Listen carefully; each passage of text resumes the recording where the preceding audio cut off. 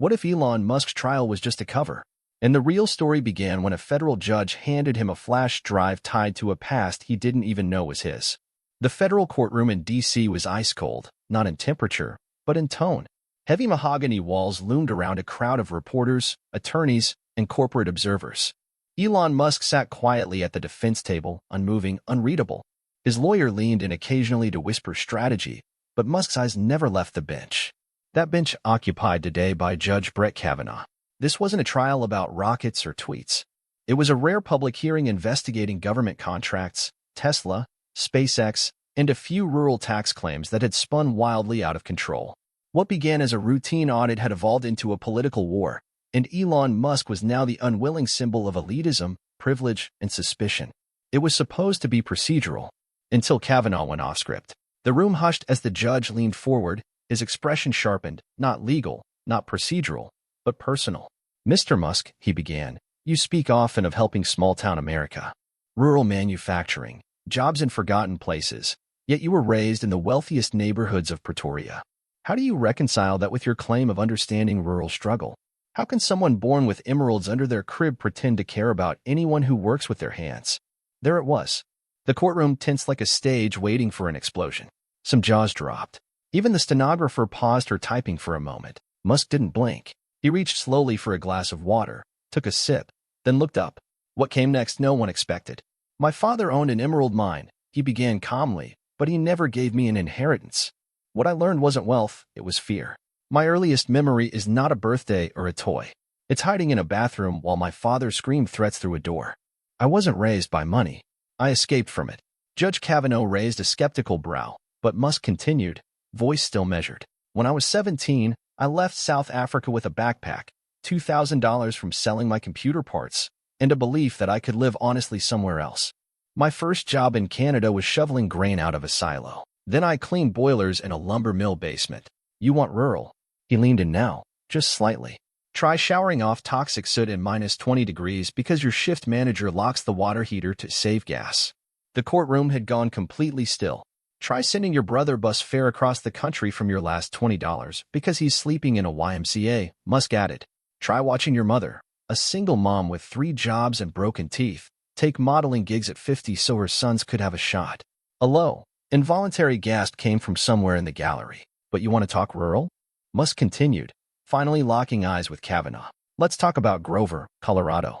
Population 132. No hospital, no clean water after 9 p.m., in a dying town. We built a lithium facility there, and the mayor wept when we brought 46 jobs. The kind of jobs that let his daughter stay instead of moving to Denver. That's what I care about, not optics, not headlines."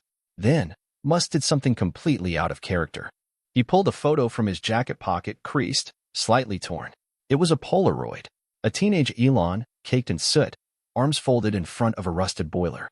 "This is the closest thing to inheritance I ever got," he said. "Dignity. Pain. Work." Kavanaugh stared at the photo, then at Musk. His lips parted slightly, but no words came. The room had frozen.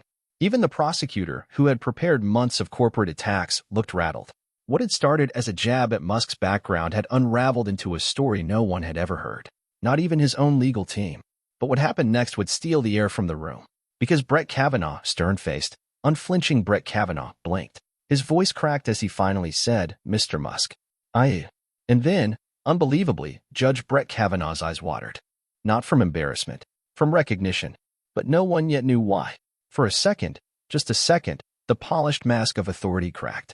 Judge Kavanaugh's fingers curled slightly over the edge of the bench, knuckles white. The courtroom, once taut with tension, now hummed with a different energy. Shock had replaced skepticism.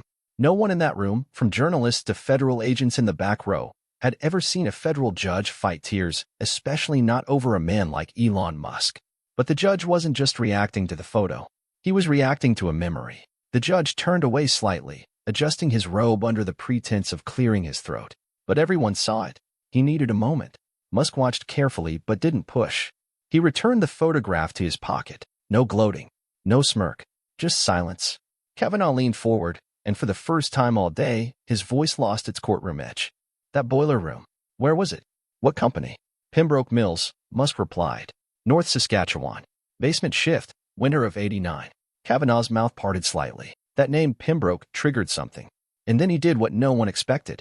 He looked down at his own notes and began to speak quietly, almost like he was talking to himself. My uncle worked Pembroke's night crew in '89.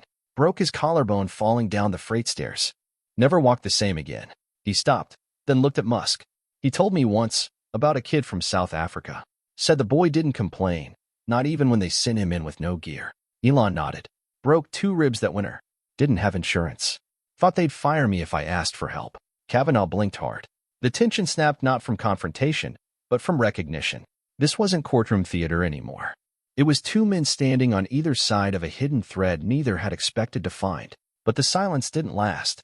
From the back of the courtroom, a sudden, sharp voice rang out. Objection irrelevant. Your Honor, this has nothing to do with contract fraud or rural incentives. The prosecutor, Evelyn Rusk, was up, trembling with visible frustration.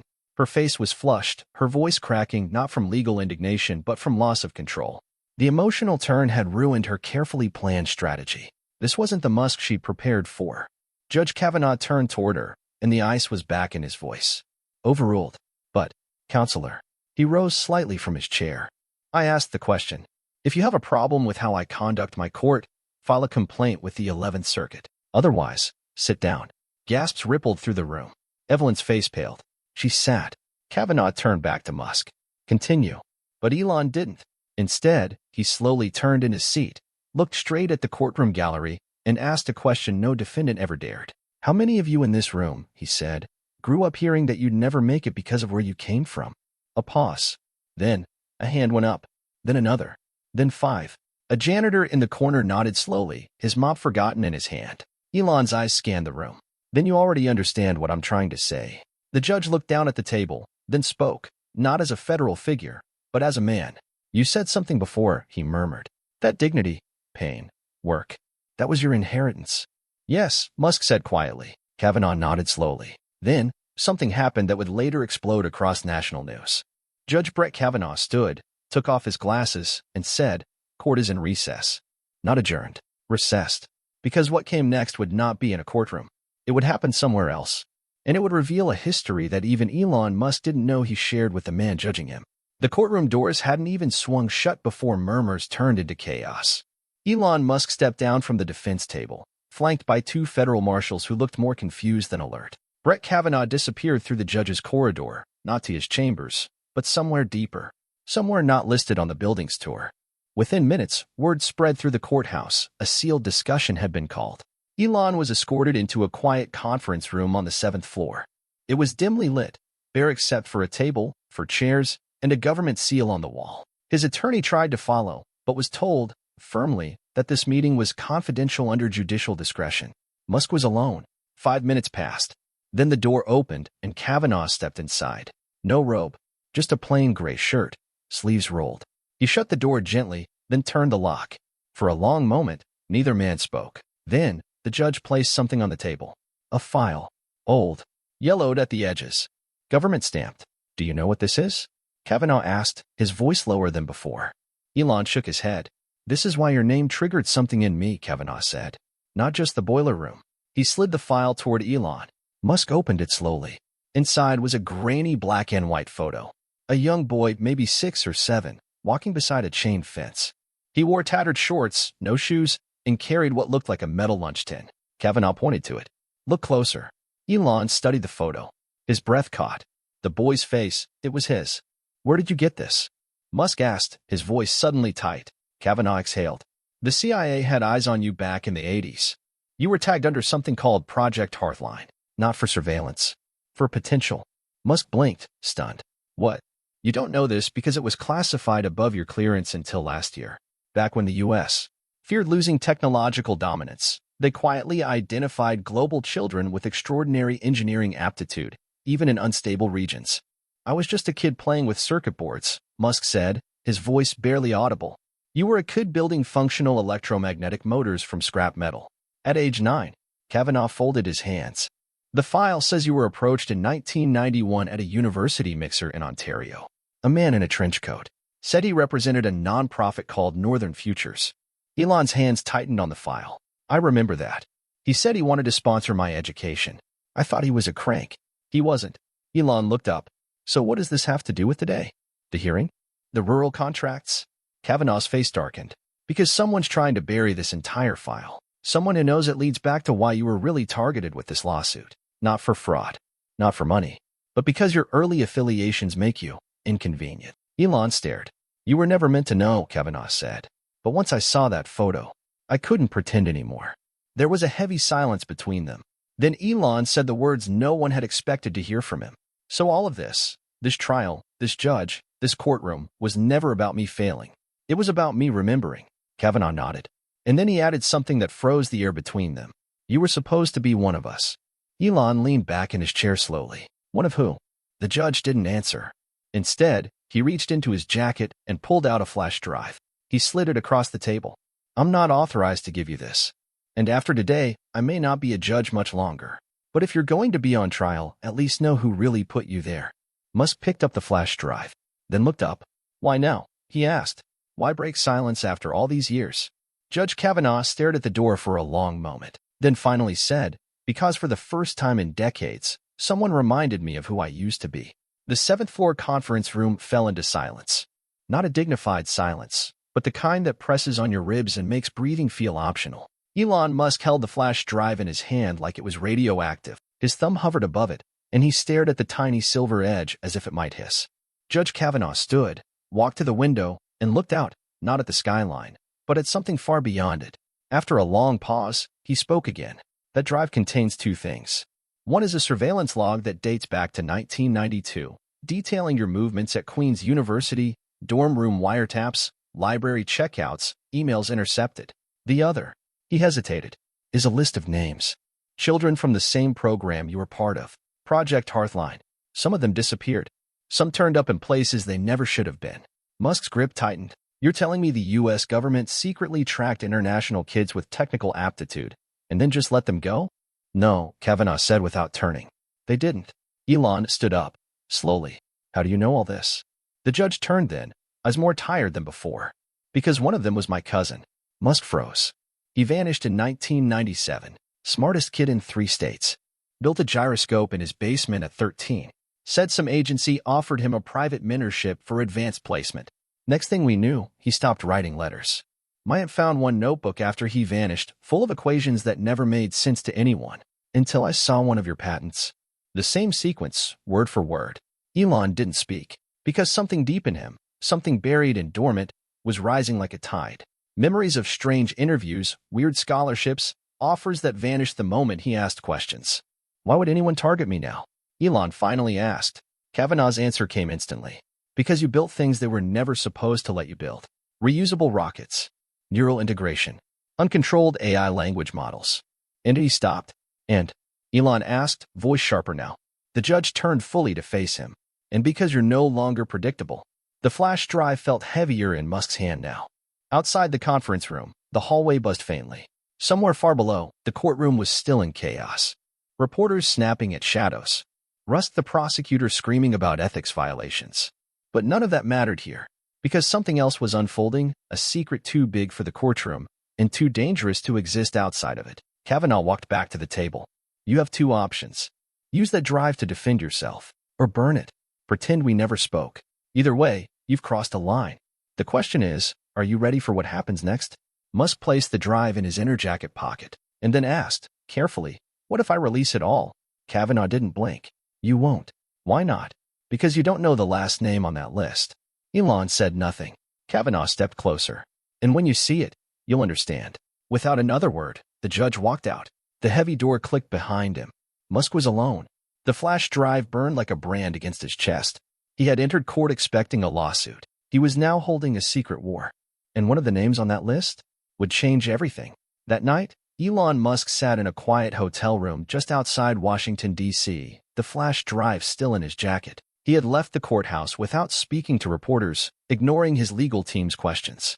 He needed privacy. Not to think, he already knew he would open the drive, but to do it without interference, without noise. He used a burner laptop. No cloud access, no Wi-Fi. He didn't even connect a mouse. The drive was encrypted, basic but solid. It asked for a passphrase, and after a moment of hesitation, he typed something old. Something from his early years. Black Jupiter, 1979. It worked. There were two folders inside. One labeled Observations, the other Hearthline ID Registry. He opened the registry first. A spreadsheet appeared. Clean columns. Hundreds of names, countries of origin, birth years, and something labeled Aptitude Class. Some names were followed by statuses like dormant, withdrawn, MIA, or cleared. Most were unknown to him. But one name jumped out, Caroline Levitt. She wasn't listed as a journalist. Her classification read, Cognitive Systems/Asset Class Analyst. Her status, reactivated. The note beside it read, Authorization date, April 2025. Musk sat still. He had assumed Levitt uncovered the Langford scandal through persistence and good journalism.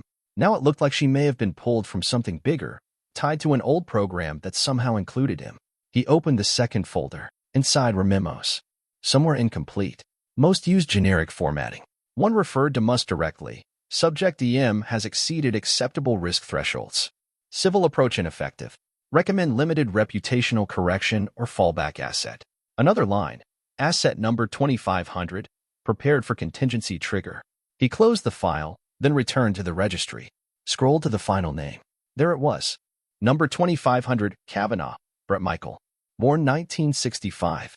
Listed as Psychological Systems/Dormant Class Asset. Status. Pending internal review. He stared at the name for a long time. Kavanaugh hadn't just recognized him during the hearing. There had been something else. Hesitation, familiarity, and an internal conflict Musk couldn't explain at the time. Now it made more sense. It also raised a question Musk wasn't prepared to answer. Had Kavanaugh genuinely defected? Or had that emotional moment in court been part of a longer, deeper instruction? For the first time in weeks, Elon Musk didn't feel under attack. He felt watched by something much older than the lawsuit, and far more deliberate. 3 days later, Elon Musk returned to the courtroom. The media had been cleared. No cameras, no phones, no spectators. The official reason, security protocol invoked under federal judiciary code. Behind the scenes, no one was willing to admit what had actually happened or how far it had gone. Musk took a seat at the defense table. Judge Brett Kavanaugh entered the chamber without his usual clerks, without announcements. He looked calm, but different. Something about him had settled, like a man who had finally admitted the full weight of what he knew and what he used to be part of. He didn't start with legal proceedings. He didn't mention filings or evidence. Instead, he looked directly at Musk and said, "I'm recusing myself." No explanation followed. No room for questions. Musk simply nodded. That one sentence sent a wave through the system. Because what it meant, what insiders would later speculate, and what reporters were never allowed to confirm was that the case had become too compromised to continue. There were deeper interests involved. Interests that didn't want what Musk had uncovered made public. Not the registry. Not the list. Not the file. And certainly not what he knew about Kavanaugh. By the end of the week, the case was officially dissolved on procedural grounds. No admission of guilt. No settlement. No victory press conference. It vanished. Elon Musk left Washington quietly. No tweets. No interviews. No comment. He boarded a private plane to Nevada and disappeared from the public eye for 6 days. When he reemerged, he stood on a small stage outside an unannounced facility being built in a desert town with less than 1,000 residents. He spoke briefly to the local press about jobs, infrastructure, and building something real away from cities that only cared about control. No one mentioned the trial. No one brought up the flash drive. But somewhere, in a locked drawer at the back of a federal judge's home office, a printed copy of the Hearthline registry still exists. It's never been confirmed. No one has leaked it, but it's there. And 2 names remain circled in ink. Caroline Levitt, Elon Musk.